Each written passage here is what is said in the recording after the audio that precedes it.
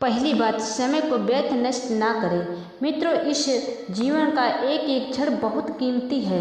व्यर्थ में बीता हुआ समय सिर्फ आपके जीवन को ही प्रभावित नहीं करता, बल्कि इसका असर आपके आने वाली पीढ़ियों को भी पीड़ित करता है। समय व्यर्थ नष्ट करने वाले से अच्छा है कुछ न कुछ करते रहना चाहिए जो आपके जीवन में हितकारी हो। आपके द्वारा किया गया कार्य भले ही आपको कोई लाभ ना दे, पर कुछ ना कुछ तो जरूर देगा।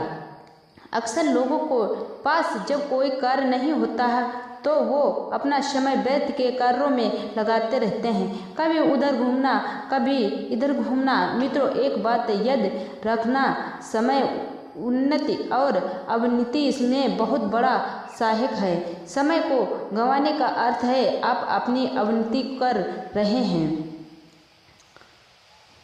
आपके जीवन में होने वाली एक उन्नति प्रगति के कई मार्ग खोलती है। एक कहावत है, समय का गया हुआ एक क्षण सोने के 1,00,000 मुद्राएं देने पर भी वापस नहीं मिलता। इसलिए समय का हमेशा सदुपयोग करना चाहिए। एक एक क्षण का सदुपयोग करके अब जीवन की राह आसान करता है।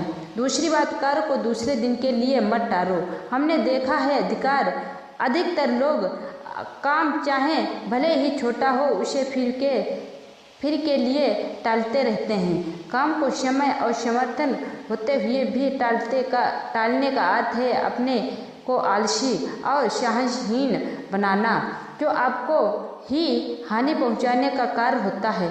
हम स्वयं ही अपने कार्य के अवरोधक बन जाते हैं। कोई भी कार्य छोटा या बड़ा नहीं होता, हर कार्य का अपना एक महत्व होता है। आपने देखा होगा, छोटी सी बीमारी का अनदेखा कर देने पर वो भयंकर रोग के रूप में उत्पन्न हो जाती है।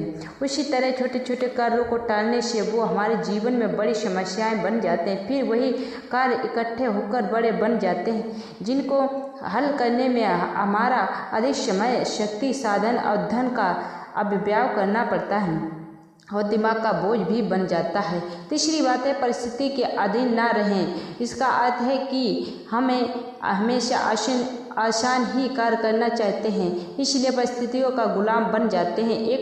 एक होता है अवसर, जिसे हम उसे देखकर ही हम कार्य की शुरुआत करते हैं, जो सफल भी होता है, और दूसरा हम कार्य की शुरुआत कर देते हैं, पर कार्य में बाधा आने पर हम कार्य को पकड़ बैठ रहते हैं और बाधा जाने का इंतजार करते हैं। लड़ना तो चाहते हैं ही नहीं। मित्रों, एक बात ध्यान रखना, माहौल चाहे कितना ही खराब क्यों ना हो, परिस्थितियाँ कितनी भी जटिल क्यों ना हो, पर मन में निराशा उत्पन्न ना होने देना।